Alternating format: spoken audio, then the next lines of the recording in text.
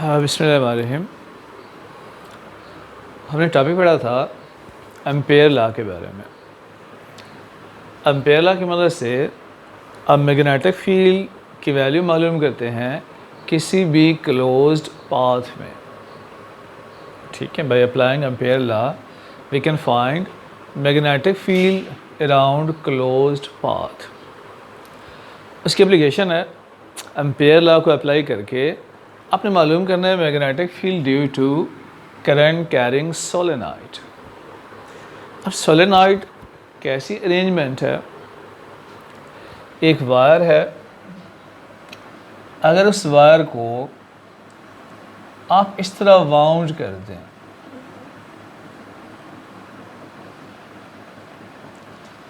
उसको स्प्रिंग की शक्ल दे दें, जैसे स्प्रिंग होता है, तो ये स्प्रिंग की शक्ल में मैंने तार को वाउंड कर दिया।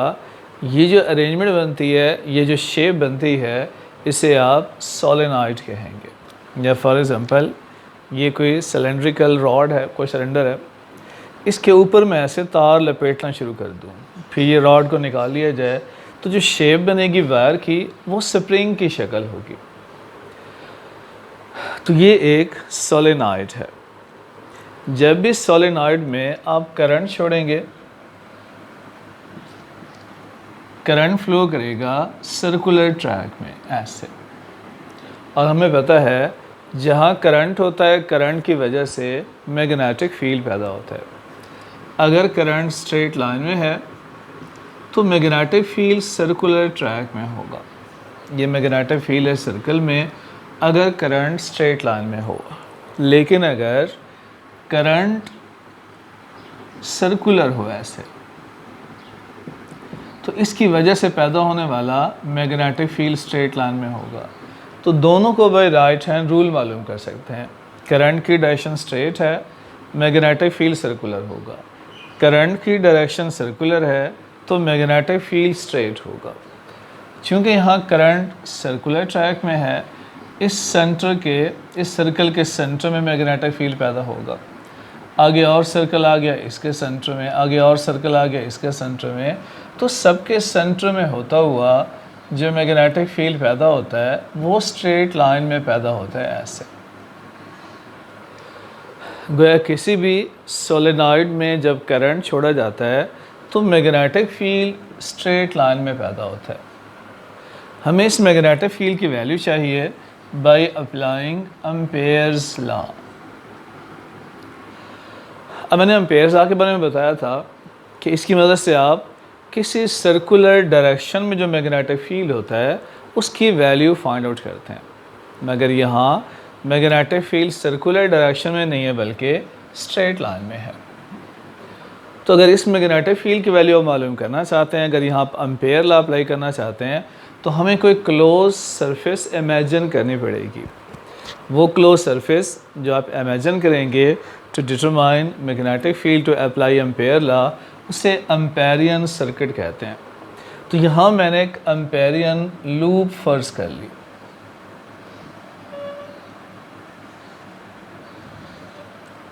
A B C T,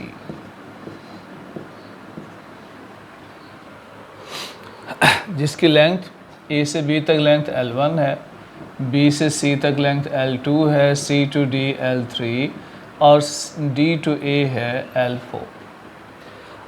अब A से वापस A तक ये एक क्लोज सर्किट है, क्लोज लूप है।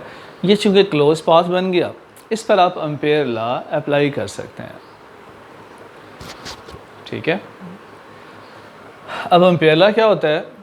Total magnetic field around close path is product of permeability and current flowing through the wire. ये एम्पेयर लॉ था। अब ये क्लोज पाथ कैसे बनेगा? आप मैग्नेटिक फील्ड मालूम कर लें A से B तक, B से C तक, C to D, D to A, तो ये क्लोज पाथ का मैग्नेटिक फील्ड आ जाएगा। आपको मालूम करना पड़ेगा magnetic field in length L1 plus magnetic field in length L2 plus magnetic field in length L3 and magnetic field in length L4।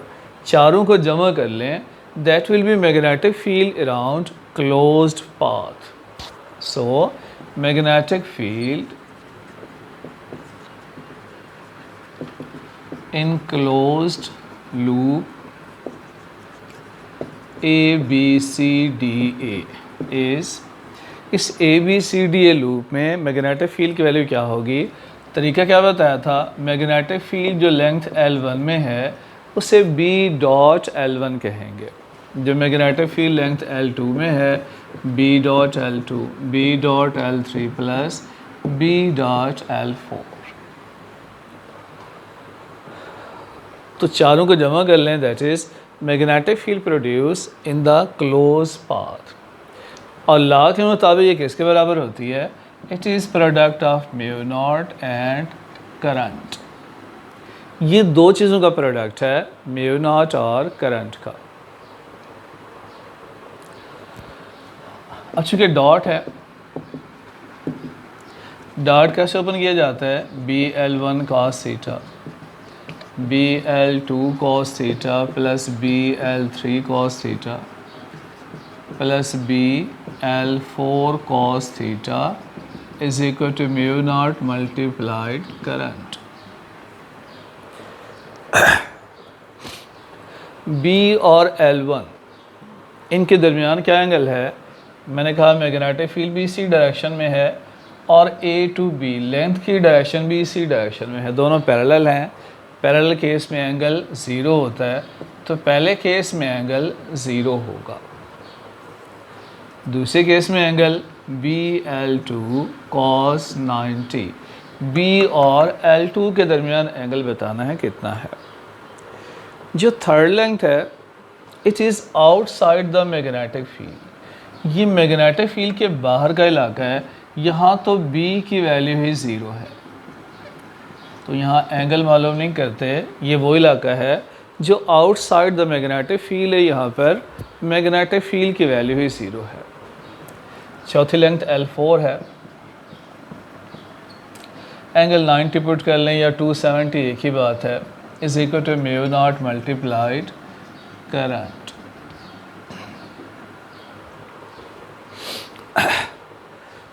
तो cos 0 की वैल्यू 1 होती है, BL1, cos 90 0 होता है, यहाँ मैग्नेटिक फील्ड 0 है, cos 90 0 है, is equal to mu naught multiplied current. अब करंट की वैल्यू चेक करते हैं। Let I is current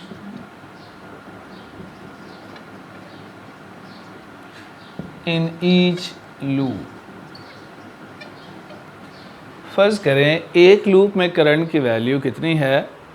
I के बराबर है। अगर n नंबर ऑफ लूप हैं तो कुल करंट कितना हो जाएगा? NI। n number of loop हों तो करंट कितना होगा? NI। मगर हमें इस क्लोज पाथ के अंदर जो करंट है उसकी वैल्यू चाहिए। गोया जो L1 लेंथ के अंदर जितनी नंबर ऑफ लूप्स हैं उनमें जो करंट है उसकी वैल्यू चाहिए। So current in the length L1 should be equal to mu NI L1। तो करंट की वैल्यू हम ये इस्तेमाल करेंगे। समझ आए इसकी? I is current in each loop, एक लूप में करंट की वैल्यू I है। कुल टोटल कितने नंबर ऑफ लूप हैं? फ़र्ज़ करें N है, तो टोटल करंट NI बन गया। मगर हमें टोटल नहीं चाहिए, हमें वो करंट चाहिए जो लेंथ L1 में है, तो L1 से भी मल्टीप्लाई कर दें। So B L1 is equal to mu naught multiply NI L1। L1 से L1 कैंसिल हो गया, B is equal to mu naught NI। It is formula for magnetic field produced in solenoid. तो solenoid में जो magnetic field पैदा होता है उसकी वैल्यू का डिपेंड परमेबिलिटी और N क्या है? Number of turns per unit length है, और I क्या है? Current flowing in the wire. इस N को यूँ भी कहते हैं, N is equal to number of turns per unit length. right? So this is formula to find magnetic field in solenoid. अब मुझे ये बताइए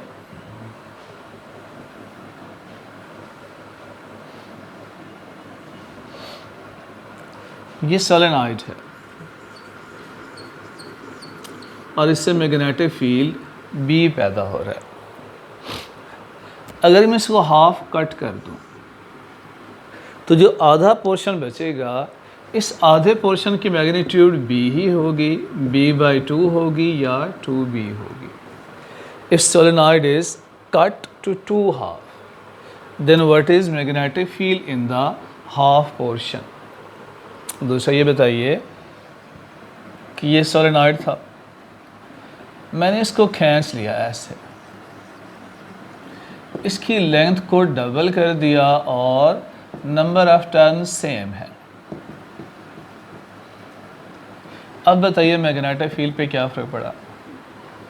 if length is double and number of turn remain same, what will impact on magnetic field? इन सवालों के जवाब मुझे दीजिएगा। कुछ समझ ना आए तो बताइए। Thank you.